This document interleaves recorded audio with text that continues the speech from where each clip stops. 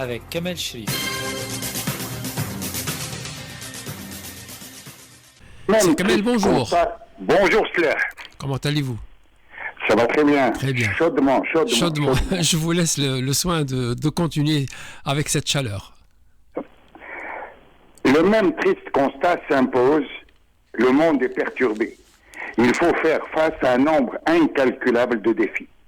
D'arrière-pensée en chantage flagrant, d'intentions inavouables en plan prémédité, c'est toute une stratégie de force, d'agressivité, de domination, de colonisation, d'occupation, de nettoyage ethnique qui creuse tous les jours un peu plus son chemin.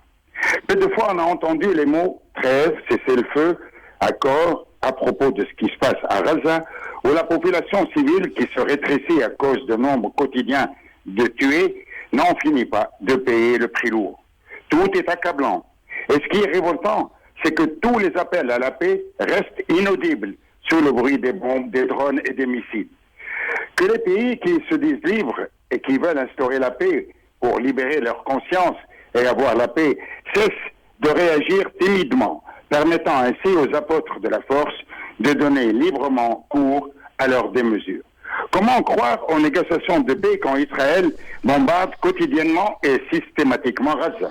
Quel avenir pour l'enclave quand Trump et Netanyahou discutent de l'avenir de cette région dont ils veulent exclure les Palestiniens? Comment résoudre ce conflit quand Netanyahou ferme hermétiquement la porte de la mise en place d'un État palestinien et ferme ainsi la porte à la paix? Même le conflit entre la Russie et l'Ukraine est loin de se calmer. Les deux pays sont loin, même très loin d'un accord, d'une trêve, et encore moins d'un règlement durable. Et dire que cela dure depuis 1229 jours. La guerre va s'étendre. Mais à Rome, on discute déjà de la reconstruction de l'Ukraine. Est-ce que la fin de la guerre est proche? Rien n'est sûr.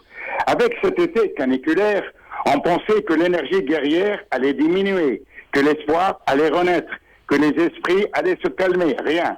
On persiste et on signe et on continue. Seul Trump ne perd pas son temps et marque sa présence.